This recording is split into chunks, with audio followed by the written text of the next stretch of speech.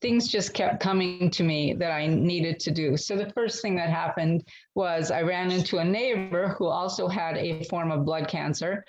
And she said, you need to be juicing. You need to be vegetarian. And so I started making those changes. And so I'm just going to give you kind of a list of changes that I made going through this journey. We'll talk about those over time, probably not all today. So I became vegetarian, then vegan. I started to work on spirituality. I had always exercised, but the exercise I did was more stress on your body than something like yoga. So I started switching to things like yoga and Tai Chi and gentler exercise, including walking, which I do now a lot. I learned how to detox, and I did a number of detoxes. I used juicing. I juiced steadily for over a year. Every day I would have my big, tall glass of green juice. And when you get used to having that, when you don't do it, you really miss it. I did the raw diet, as I already mentioned. I tried colonics, which was something I didn't ever think I would do, but finally I got to that point. Other things that happened was somebody said you needed to get massages on a regular basis. So for 2 years, I had a masseuse come to my house and give me a massage every week. So that was really a fun part of healing. Then somebody said you need to go to the chiropractor. So I went to the chiropractor every week for a year. Then I found a woman who was a radiation oncologist who was giving oxygen therapy in her off time. So I actually would go and have a infusion into my blood, into my veins and arteries of oxygen and saline solution. And I did that for about 6 months. But then what happened was I started to get blockages from the scar tissue. And since that was not very cool, I decided to stop that one. And then I learned about pulse electric magnetic frequency devices, and I started to add those to my life. And then eventually I ended up having to heal my gut, which is a whole part of why I'm going to talk to you today about the microbiome. So for those of you who don't know, that your microbiome is hundreds of thousands of bacteria, viruses, and the list goes on, microbes, and they are all extremely important. So I'm going to talk to you a little bit about the importance of the microbiome, what a healthy gut, the characteristics of a healthy gut, what causes microbiome issues, conditions that actually health conditions that begin because your gut is malfunctioning. And I'm going to show you how to recondition your gut, how to reinforce your gut, and how to rebuild your gut. And all of those things are necessary once you have a gut issue. And all of us know someone who has something related to the microbiome. For example, one of the things that I learned during my journey was any skin condition has to do with a malfunctioning of your microbes.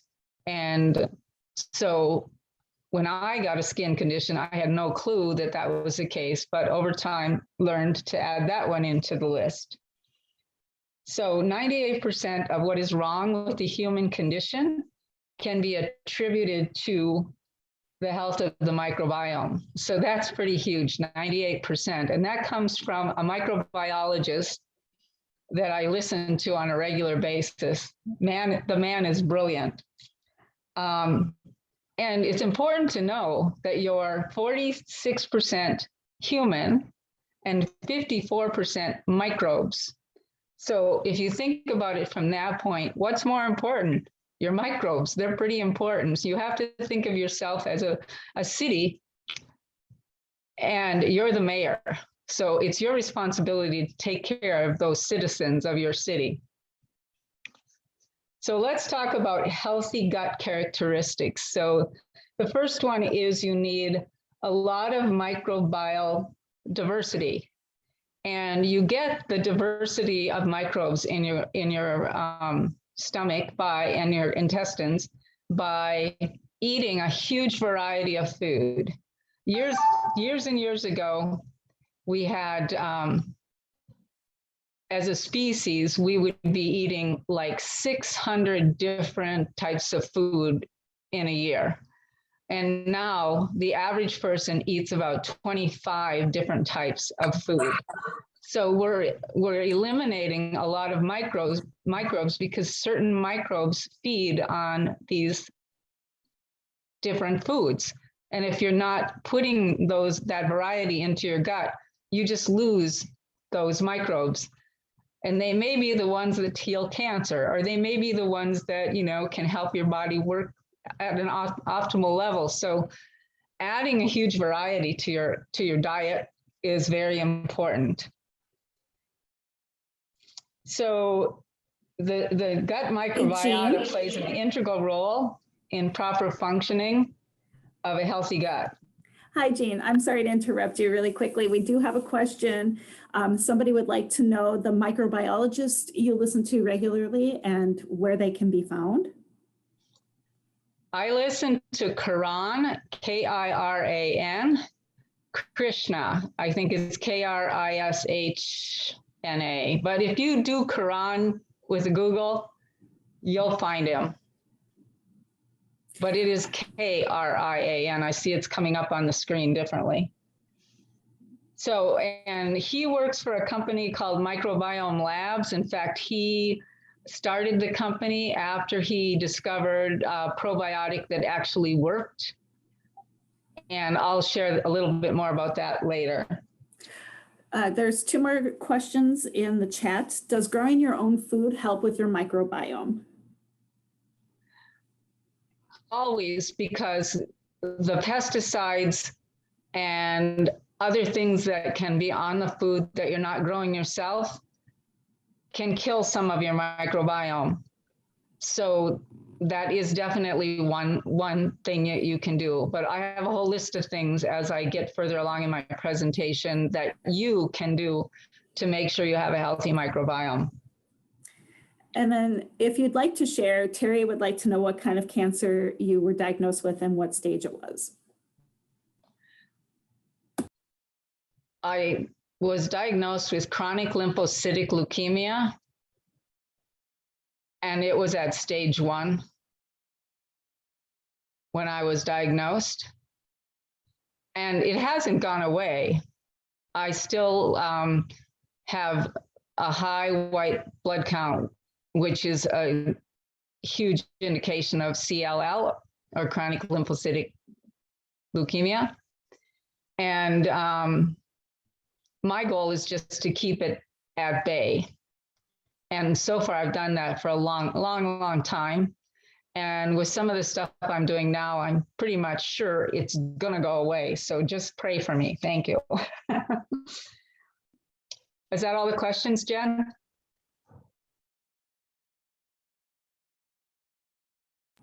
Sorry, I was muted. Yes. Okay, I'm gonna move on then. So your gut buddies are an integral part of breaking down nutrients for absorption and even produce certain vitamins for your body. They also keep the mucosal layer healthy, protect against the invasion of pathogenic bacteria, and these microbiota actually train the immune system to function properly. So with everything that's going on in our world right now, we do want our immune system to function properly.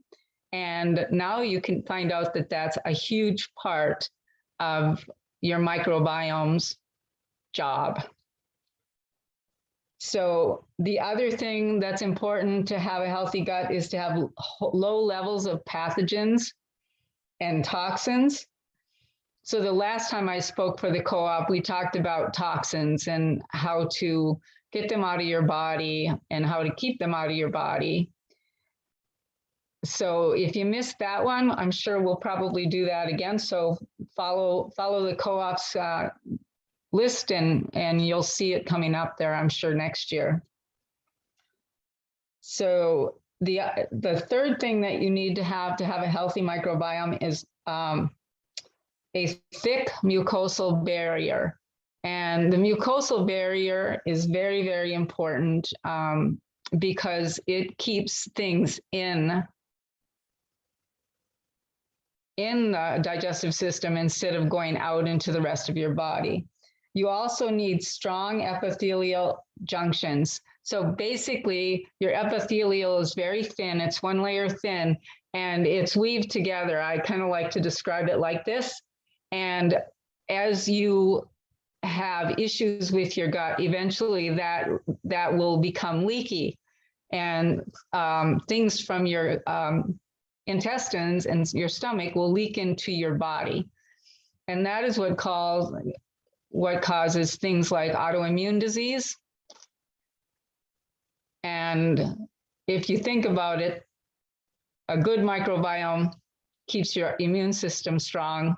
And now a poor microbiome helps us have autoimmune disease.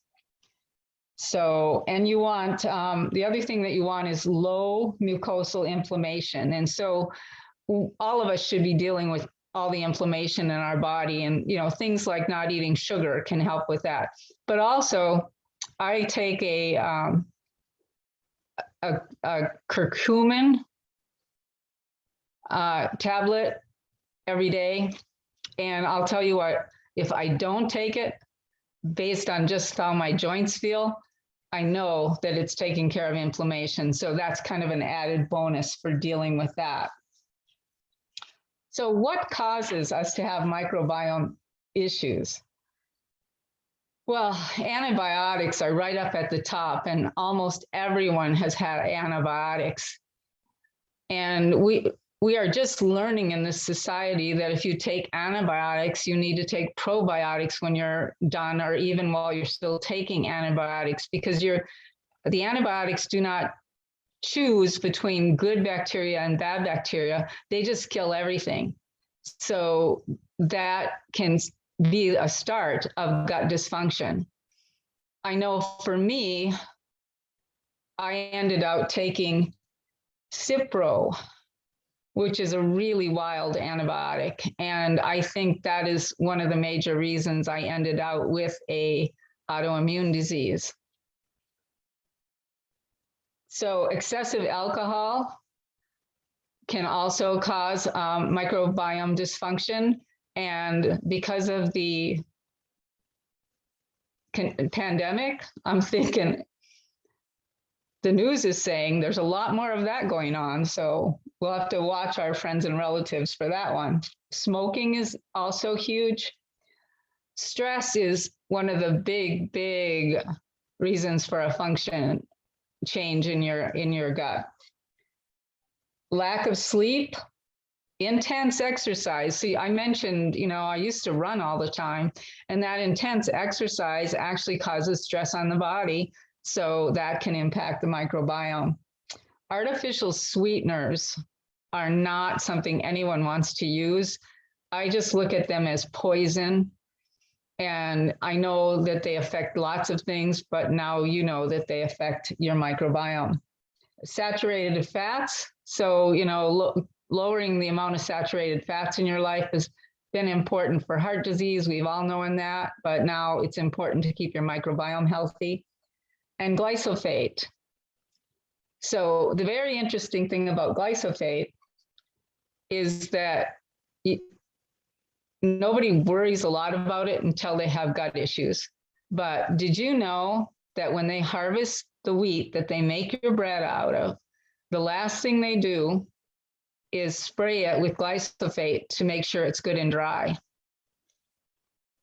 So think about that the next time you decide you're going to have bread, unless you're buying something organic.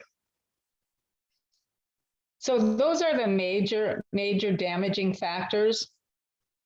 So, your gut can either be a fountain of youth or a big drag on your health.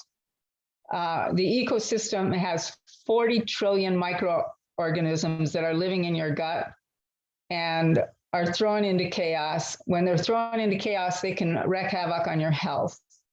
So microbiome, bile imbalance, or dysbiosis is linked to all sorts of conditions. So the father of medicine, Hippocrates, famously stated over 2,000 years ago that all disease begins in the gut. And he was pretty close to right. The gut microbiome is so critical. There isn't one chronic disease that hasn't been associated with dysfunction of the gut. So that's a pretty huge statement. So let's talk about 20 surprising conditions that can happen to your body because of gut dysfunction. So I'm going to list these off: anxiety, depression, eczema, psoriasis. And I have to tell you my story here, because how my autoimmune disease showed up was as a rash that eventually was my body was completely covered. And when it went to my head, I lost all my hair. So that's when I realized how important my little gut buddies are to me. And let me tell you, if you start losing all of your hair, you realize how vain you actually are. So what I ended up doing was, I was blessed. I had a friend who worked at Microbiome Labs, and she was the one that told me that I should use a probiotic for a skin condition. And I didn't believe her because I didn't know what I know now. And I thought, why would I use a probiotic? It's my skin. Well, now I realize that the microbes are going to affect everything, but didn't know that back then. So I finally consented to take this probiotic, and my rash almost 99% healed up from May until August of that year.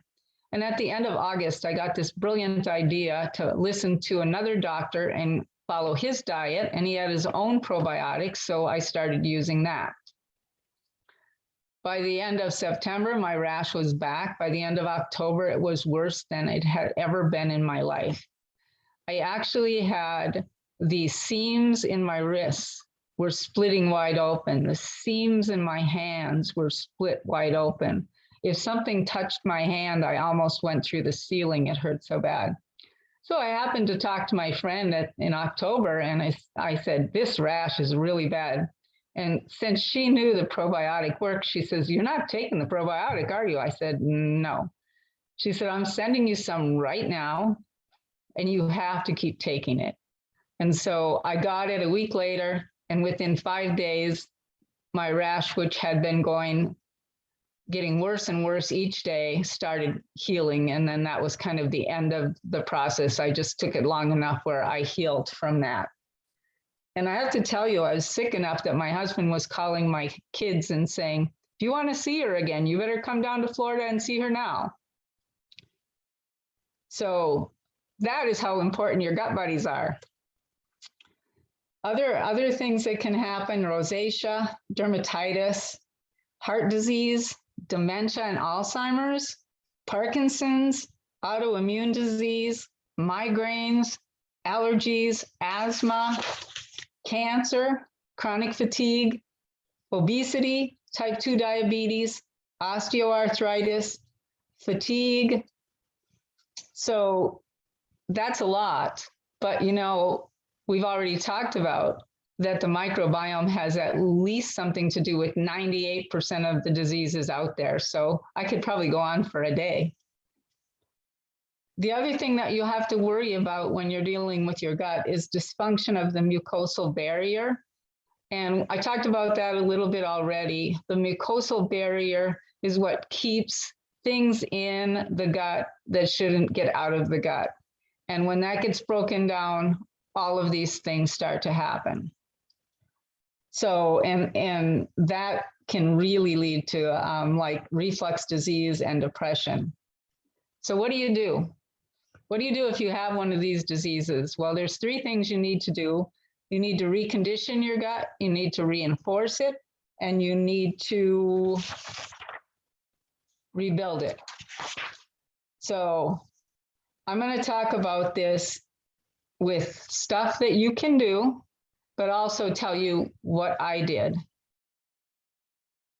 So to recondition my gut, I used Microbiome's Megaspore Biotic, which is a probiotic.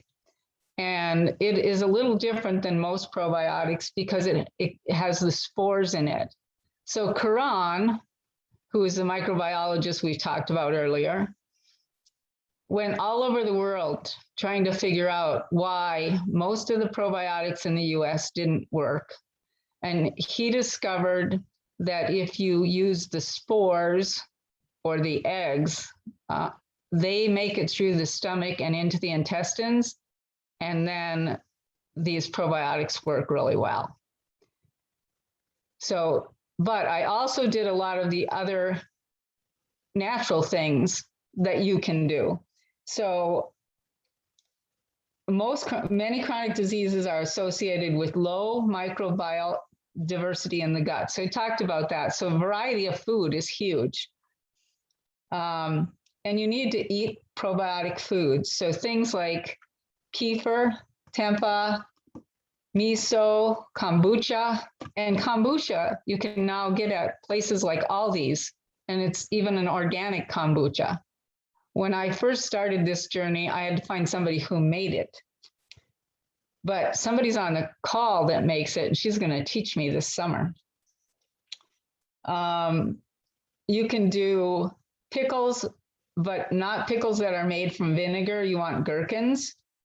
Greek yogurt, other people say just yogurt, but Greek yogurt is the one that I suggest because it's low in sugar, and sugar, it doesn't do our body any good. So the more you can keep that out of your life, the better off you're going to be.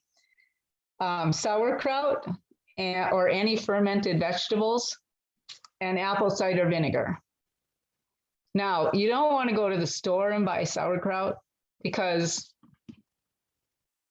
it's pasteurized. And I don't think any little microbes are going to still be alive in it. You need to make your own. And sauerkraut is the easiest thing in the world to make. Just Google how to make it. You take a head of cabbage, you need some salt, and that's about it. And in 3 or 4 days, you end up with sauerkraut, and it's very good. I love to put sauerkraut in my salads. So apple cider vinegar is another one. You want to make sure it's with the mother. So like Bragg's apple cider vinegar, there's a lot of brands out there now that they say right on the bottle, it's with the mother. And again, like everything else, you want it organic. So those are some things you can do to help with your reconditioning of your gut. By repopulating your gut, you're going to recondition it. And again, like I said earlier, a huge variety of food. At the end of the day, count the different types of things you had to eat that day. Pay attention to all the different colors because those two are huge in keeping you healthy. So the next thing you want to do is reinforce. And in order to reinforce your microbiome, what you want to do is basically feed your gut buddies. So that's what a prebiotic is. A prebiotic is actually food for your gut. Now, to heal, I used Microbiome's product, their prebiotics. So it's called Megabiotic, I think, or Mega Prebiotic. And so that's the easier way to do things. But you can also use prebiotic foods, and there's a lot of prebiotic foods. So when you're dealing with probiotics, most probiotics feed both the good and the bad bacteria. The microbiome's prebiotic actually feeds only good bacteria. So that was a huge benefit. So prebiotic foods, there's a long list of them, but things like chicory root. So chicory root is actually also called inulin. And I buy a sugar that's called Just Like Sugar, and it's made from the inulin root or the chicory root. So if I do sweeten something, it's healthy for me. Garlic, onions, leeks, asparagus, green bananas, wheat, whole oats, apples. And apples are better if they're cooked. So I make an applesauce. And I use Just Like Sugar for the sweetener, and it is always good for me and good for my gut buddies too. A konjac root, burdock root, cacao, flax seeds, yacon root, himica root, wheat bran, seaweed, dandelion greens, Jerusalem artichoke. So, and all you have to do to find out these things is you just Google prebiotic foods and Google probiotic foods, and you will get the list that I just read off. So you don't have to be writing as fast as you can. It's pretty easy. In fact, the thing that I found to get this list, although I know there's more, was 11 probiotic foods for earlier. And then the other one was prebiotic. And you start with chicory root. So, it's out there for everybody. You can find it easily. So then you have to you have to rebuild the gut. And this is where the mucosa, the lining of the intestines, comes in. You have to rebuild that lining, because you can do all of the things we've talked about, but if that lining isn't rebuilt and those connections aren't made tight again, you're still going to have that issue of things moving out of your gut and into the rest of your body. And that's where your immune system will actually attack your body. And that's why they call it autoimmune disease. So you need to have a thick gel-like mucus layer that protects the intestinal lining from damage. And so you can do I don't know if I can say this right, bacillus spores and amino acids that will rebuild the intestinal barrier. But I used a product by Microbiome Labs called Mega Mucosa. And Mega Mucosa actually contains those spores and the amino acids to rebuild that lining. So those are the things that you can do yourself to improve your chances of not having issues with your gut. So when you talk about the immune system, which we mentioned a little bit earlier, the microbiome is actually the eyes and the ears of the immune system. And the role of the immune system is to monitor the microbes in the system. And so if the microbes in the system are not the good microbes, then your immune system is going to take care of them. So the microbiome provides critical signaling to the immune system to elicit the proper immune response. And that's why they're so critical that they're working together. And it makes so much sense that a lot of our disease is coming from this dysfunction.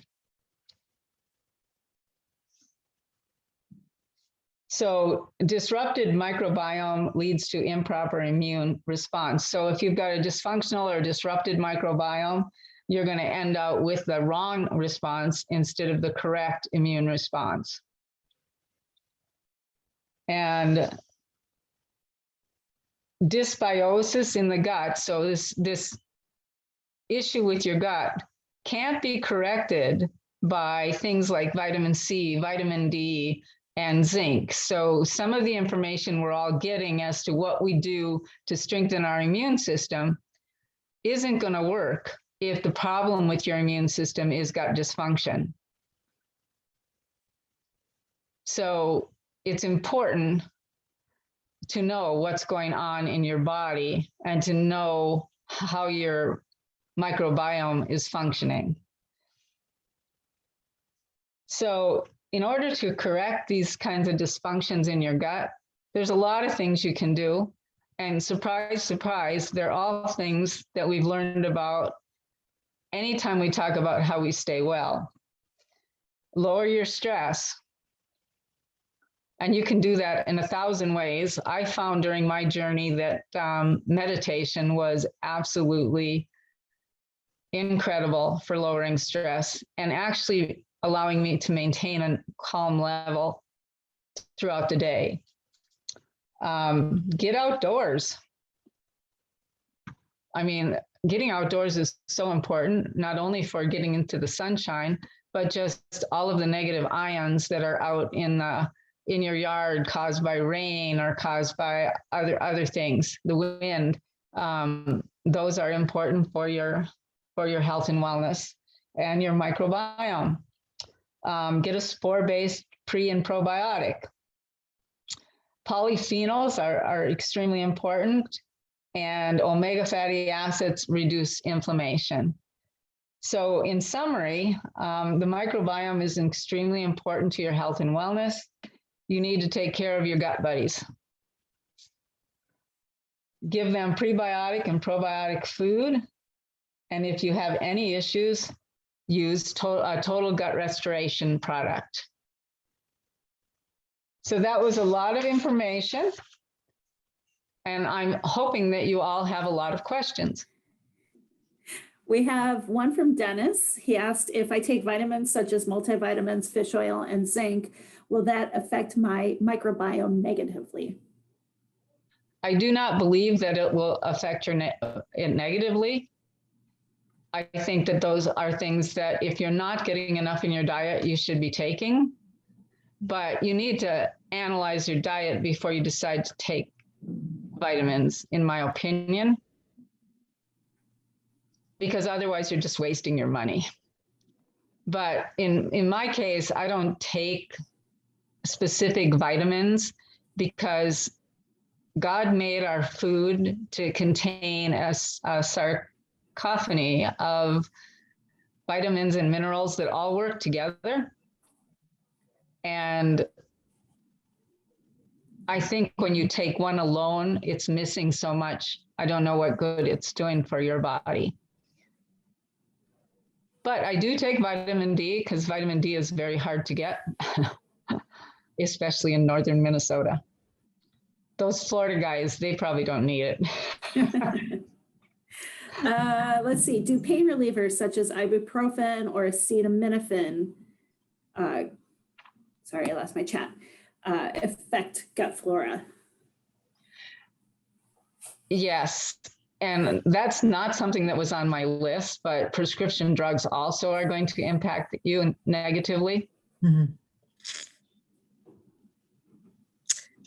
I'd like to contribute something. Go ahead, Kay. I had used Curamin Plus, I think it was called, from Terry Naturally. Had severe arthritis in my hips and a lot of pain. It absolutely did nothing. So I didn't have good luck with curcumin, but what I have had good luck with, I wanted to mention for others who might have this experience. And I've told you this before, Jean, I use proteolytic enzymes. And there's a mix one that I take. And then there's serrapeptase and nattokinase, it's pronounced different ways, but nattokinase. And nattokinase is phenomenal for tamping down inflammation.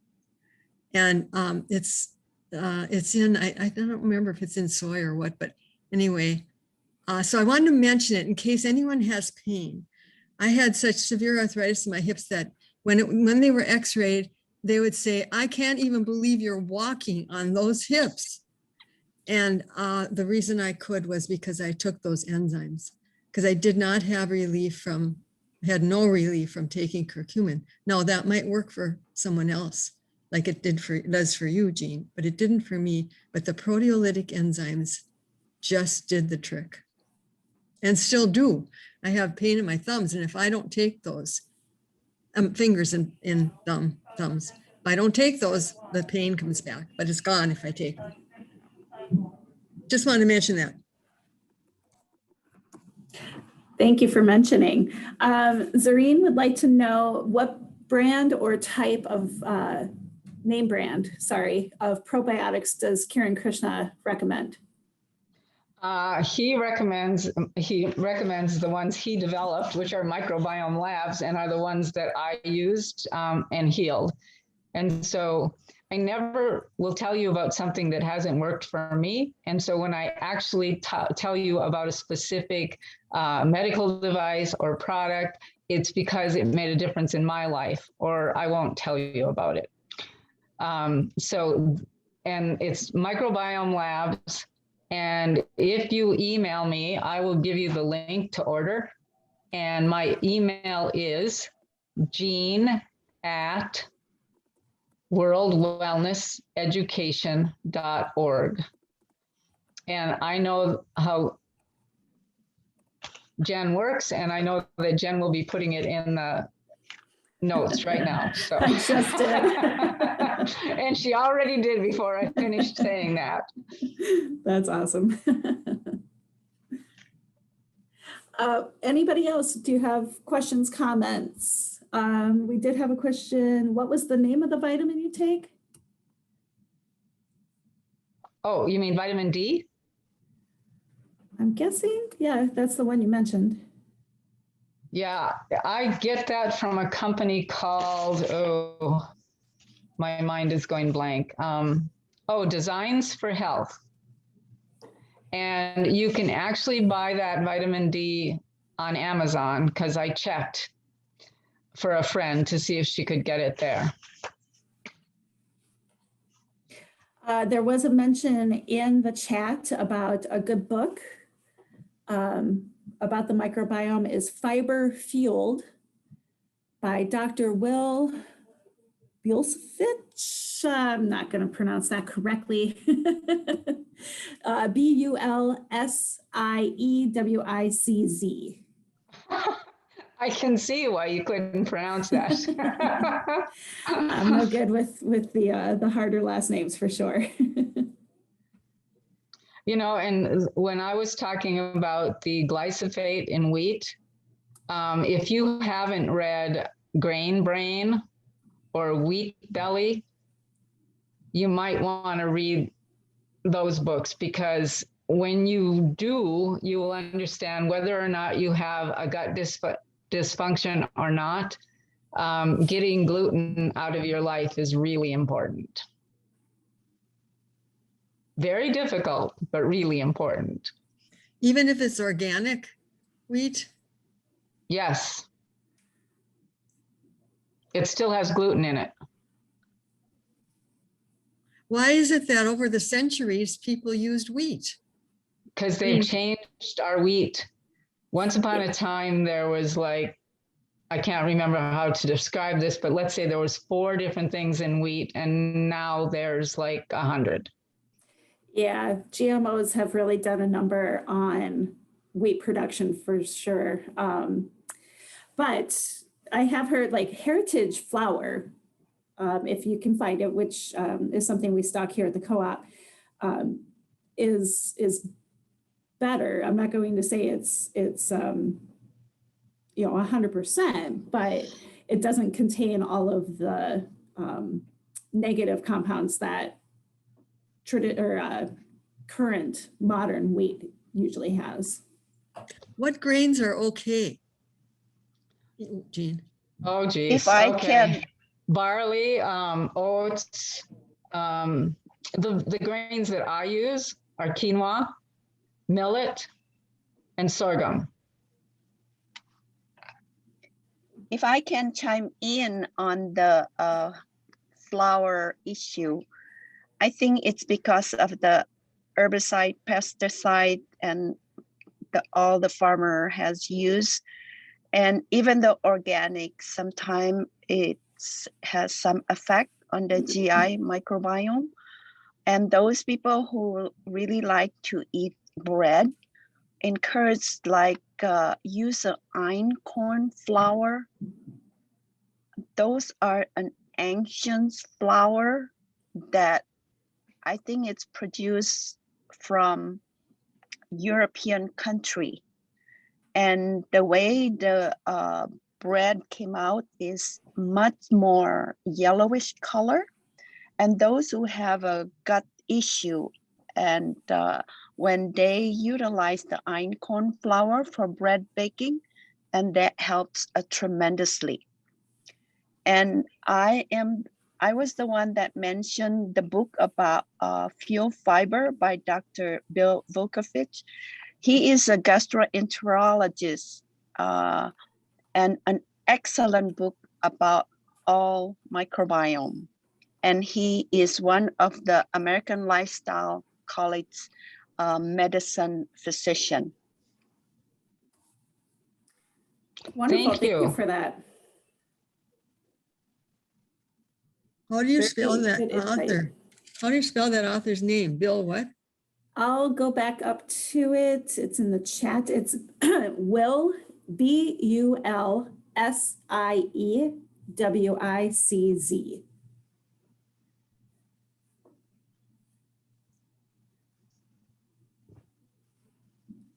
Excellent. Thank you, Ian. That was wonderful information.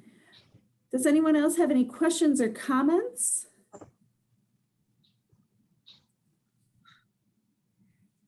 I do know that, yeah, in Europe, you know, because they've banned GMOs, and I know that people with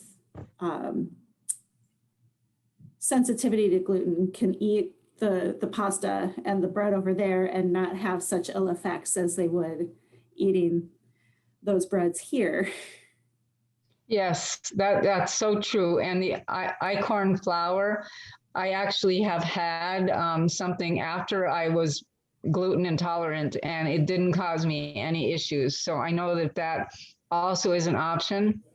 You just have to find a place that you can purchase it, which is not always the easiest. But now with the internet, it should be easier. Can you spell einkorn? What is that? I never heard of it. It's I think it's EINKORN. E-I, Einkorn. oh, einkorn. So EINKORN. Do we have it at the believe. co-op? Is that at the co-op? Yes. Yes. Yes, the The co-op greens has are. it. The greens are. I don't know if the flour is, but the grains are. The grain, Easy the enough, whole just- grain? Yep. I have a flour mill, stone grinding flour mill at home. There you go. Can You're in I grind the business. wheat? Can I grind that einkorn flour in my flour mill? I would imagine I Oh, can. Yeah, totally. Oh, yeah. I've had it Yes, for like you 50, can. 50 years. Oh, and Charlene said Jovial Bread or Jovial Brand makes an einkorn flour. The Jovial. co-op has jovial pastas, Oh, and they're that's made from right. einkorn. So if you look at the yellowish packaging, and they very consistently have it stocked. Do you use that, Jean? That kind of flour? Einkorn? I have not. I've tasted it in a pancake one time, but I by then I'd already given up bread for so long, and I'm so used to cooking and not having any bread that I just figured, what the heck? I'm going to go with what's working. What about rice flour? I use arrowroot flour when I need to thicken something, or I'll always have an alternative flour in my cupboard. But I've not found that gluten-free bread is very good. I know. It's sort of gross. So I just decided, well, you quit it for a long time, just stay out of it. Debbie would like to know, how do you cook with sorghum? Does anyone have any insight for that? Well, I think I have it in my cupboard. I have to be honest. I bought it because I was supposed to use it, and I found out it took an hour to cook, and I haven't cooked it yet. But I'll tell you what, I love millet. If you haven't had millet, it is so yummy. What I'm looking for is sorghum that has a dark color. Have you found one yet? Like a dark red. that sorghum is the most nutritious value in the sorghum. I tried to find it, I cannot find them. Co-op doesn't carry the dark red sorghum. Did you try Googling that? I tried Google them and very difficult to find them. Okay. Okay. Yeah, no, I haven't gotten that deep into sorghum. Like I said, I bought it and it's sitting in my cupboard. Is that a grain? Is sorghum a grain? That is a Yes. grain. Yeah, if those people that not familiar with the einkorn flour, if you plan to try to bake them, to make a bread from the einkorn flour, just be careful because the dough is very, very wet. And don't keep adding flour, it will become hard. But because einkorn is a very slow absorbing water flour, but the bread itself turned out really delicious. Good to know. Interesting. Any other questions? Jovial food in the East Coast that are selling the einkorn, they have a bread baking cookbook. And in fact, there's a YouTube, lots of YouTube, how to make sourdough from the einkorn flour. Just FYI. Thank you. Marcia had a question, comment, nutrient dense foods versus low nutrient foods balance. Might need you to unmute and get a little deeper with that. I'm not quite sure what you're asking. Sure. It just seems to me like a lot of the foods that large families use to extend the meals to feed the big crowd, pastas, potatoes, noodles, rice, flours, and breads, that they, although we all love them and most of us grew up on them, they are low density in nutritional stuff. And they're easy go-to. The white flour jacks are glycemic, same way sugar does. Jack are glycemic and our cravings. I'm a recovering sugar junkie. And so we all go for those foods. They're cheap, they're easy, they extend the meat and the vegetables. But those of us that are trying to get, especially as we age and we are unable to absorb nutrition as well as maybe we used to, we're trying to go for a higher nutritional density foods. And if we are doing that, doesn't it make sense? And wouldn't it help our microbiome to eat more vegetables, more fruits, less meat, better protein like beans, and less noodles and flours and rice, because those things don't have a lot. I don't think they have much nutrition, and they don't have much hard to find nutrients in them either. So I was just wondering if we could address the balance of, how some people are unable to control their cravings and that's all they eat. I've been there, done that, got the t-shirt. So how do you balance that?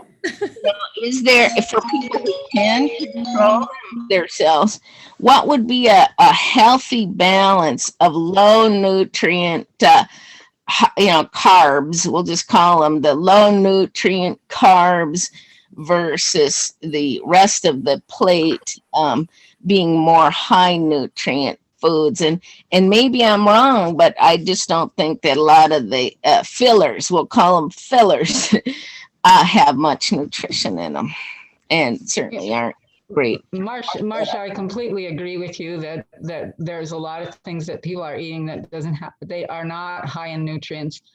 And so the goal is just to add, some things that are high in nutrients, because you're not going to change overnight. And I grow sprouts, and sprouts are I can't even remember, like 40 times as much nutrition as the actual vegetable they grow into.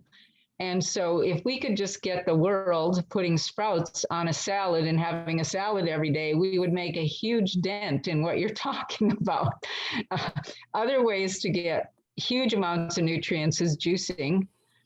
If you juice organic fruits or mostly organic vegetables, because you don't want to get straight sugar out of the fruits, you're getting so many nutrients. When I was juicing every morning, I could just tell the difference. After I finished that 16-ounce glass of green juice, I just felt like I was on top of the world. And your body's absorbing those nutrients so easily because they're coming in a liquid form. So it's a matter of gradually, I think, each of us teaching the people around us about the fact that the foods that we all love are not nutrient dense. When I married my husband 30 some years ago, he thought pancakes were nutritious.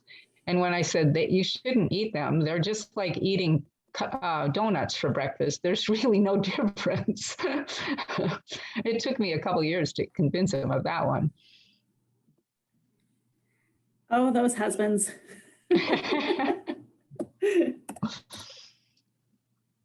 So it's just, I think it's a matter of just, all of us trying to teach people. And the way I do it is because I'm vegetarian. So all I eat is vegetables. I mean, my breakfast is vegetables. My lunch is vegetables. My dinner is vegetables. I don't eat spaghettis. I don't eat noodles.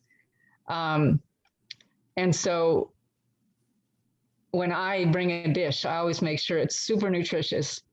When people come to my house, they might have their meat and potatoes, but they're going to have a salad and they're going to have that with sprouts in it. They're going to have a vegetable that's probably mixed like broccoli and cauliflower and Brussels sprouts. And so at least that's how we can impact that, I think. Thank you.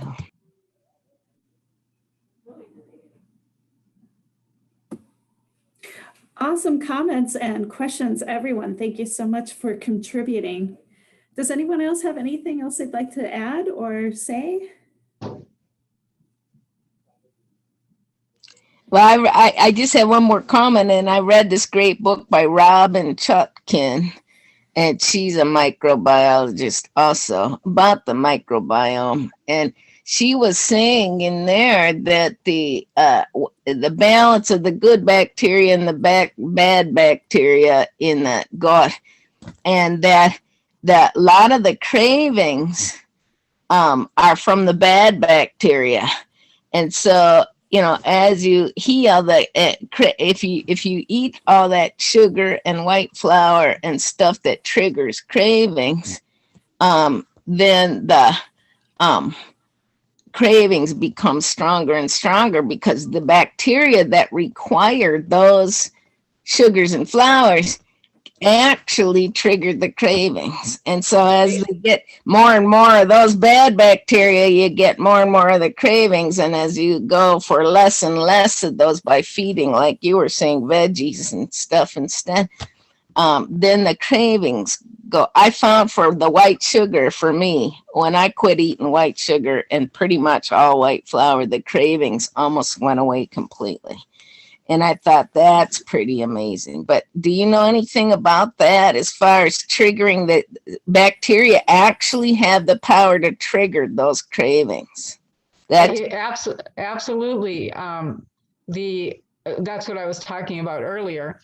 If you eat like 5 things a day instead of 100 different things, you're limiting the bacteria, the types of bacteria that are growing. And if you're eating sugar and flour, you're feeding the bad bacteria, and they're just going to get bigger and bigger as a quantity until that's all you want, because they're telling your body they need fed.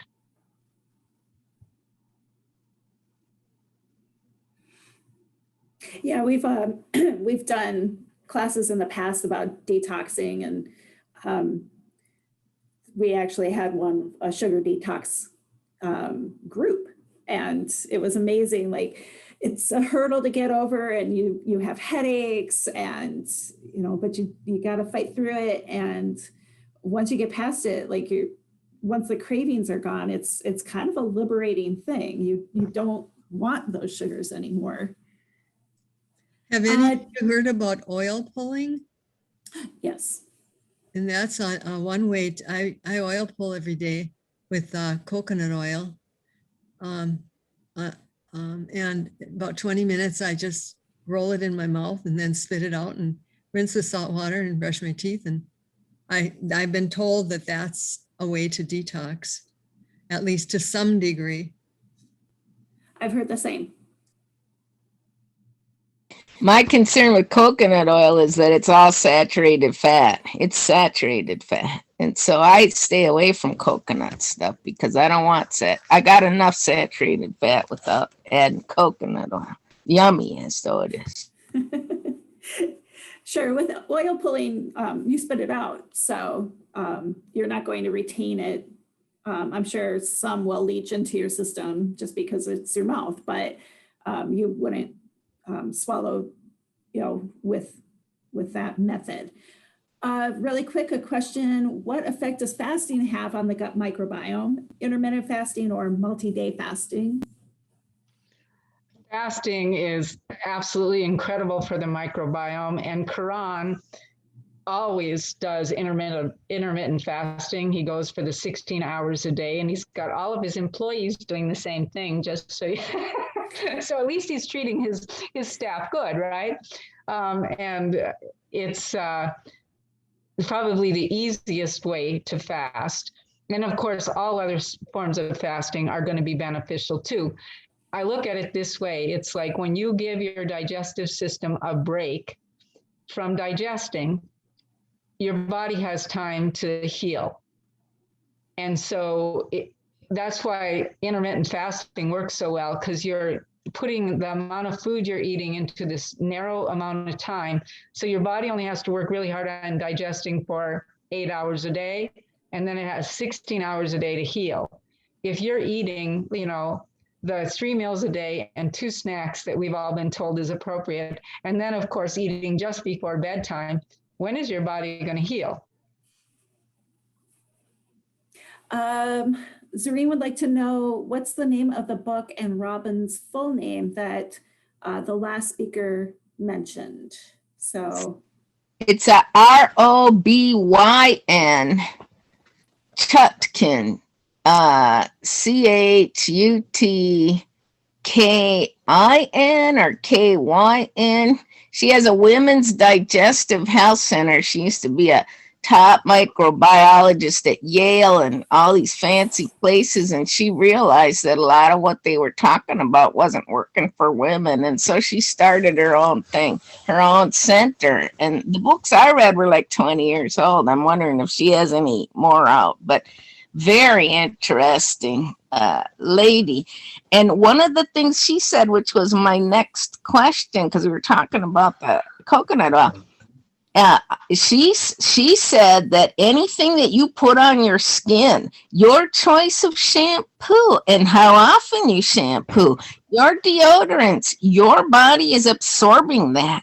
You do not want to put, and so even if you roll coconut oil in your mouth, you're going to absorb some of that. So how much fat you absorb, I don't know. I'm not a scientist, but it made me cut way back on, I'm retired. I don't have to shampoo every day anymore. I don't have to wear deodorant every day. And so, just taking a look at the toxicity of the stuff that dryer sheets, perfumes, fragrances, there's all kinds of room fresheners, air fresheners. There are so many ways that we are toxifying our environments and dumping. How about bug dope, sunscreen? How about all that stuff? Don't put it on your skin if you wouldn't eat it, because you're eating it. That's what she was saying. Yeah, it's very true. Our skin is our largest organ, and it will absorb pretty much everything that's out there. And Jean mentioned it in her last Are You Toxic class. Our body is our sponges. From a microbiome standpoint, the other thing that you have to think about is anything that is antibacterial, because antibacterial, what does that mean? It means it's going to kill bacteria. We're trying to repopulate our bacteria, the healthy bacteria. So I was using tons of essential oils at one time. Now I still use them, but now I use them like a medicine, like they're meant to be. Because if you're putting antibacterial oil on as your perfume, you're killing more microbes. So that is another way to look at some of the even healthy things can impact us negatively. Even some of those are organic essential oils, right? There are certain ones that are antimicrobial, even if they're organic plants, aren't there? Like, isn't like citrus one of them? Or what are some of the antimicrobial plants that are naturally antimicrobial? Yeah, Do you know any of those? Is citrus, I think, is one of them. There's a lot of antimicrobial and antibiotic plants because that's how oils come about, and they're almost all of them have some sort of antimicrobial or antibiotic reaction. And so there's list of those that you could get. So you do have to be careful even with healthy stuff. And if it's supposed to be meant by God to be a medicine and not something used daily, use it as a medicine.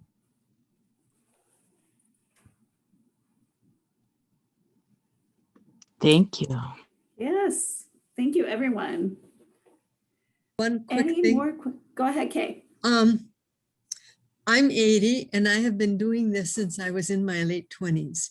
I used to shop at the Co-op on 8th Street when it was a little house. We had to come and take our turn and work at that Co-op. But anyway, so I've been doing this for many, many, many, many years. What I have found was what is considered healthy as far as nutrition has changed. It's changing all the time. Like this lady thinks that coconut oil isn't good. And what I've been taught lately is that coconut oil is one of the good fats, among other ones. So there's differences of opinion and there's differences of choices.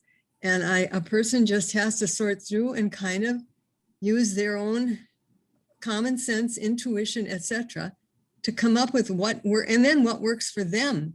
Because I was vegan for 5 years and I looked awful. I looked awful as a vegan. It did not work for me. I didn't feel very good either. So there are variables that one has to consider. That's all.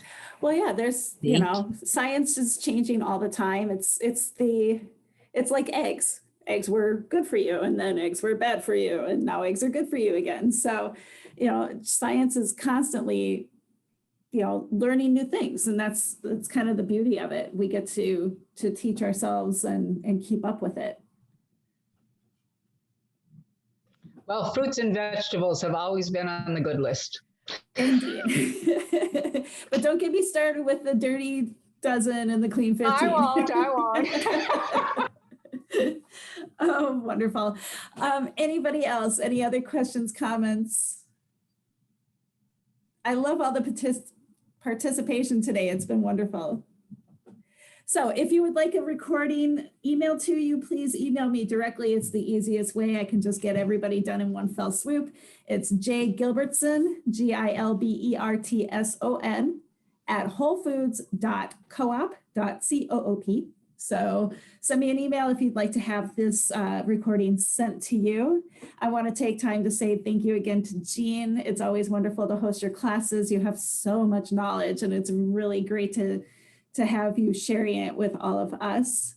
And I want to thank all of our participants for being here and taking time out of your day to learn this information. And what a great amount of information it was.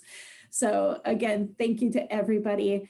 Check out our website if you're interested in more free virtual classes. We have a full schedule all the way through June of health and wellness, cooking classes, all sorts of different things. So check that out. And thank you again, Jean. Thank you. Everyone, enjoy the rest of your day. Could you give us your email address, Jean, again? Sure, I put it in the chat a couple of times, but I'll give it to you again. It's J Gilbertson. So J as in Jennifer, Gilbertson, GILBERTSON at Whole Foods. So WHOLEFOODS.COOP. One moment, please. At wholefood.cop. COOP. So co-op. Co-op. Okay. All right. J Gilbertson at wholefoods.coop. Perfect. Thank you so much. Wonderful. You're very welcome. Everybody enjoy the rest of your day. Why now? Today. Thank you.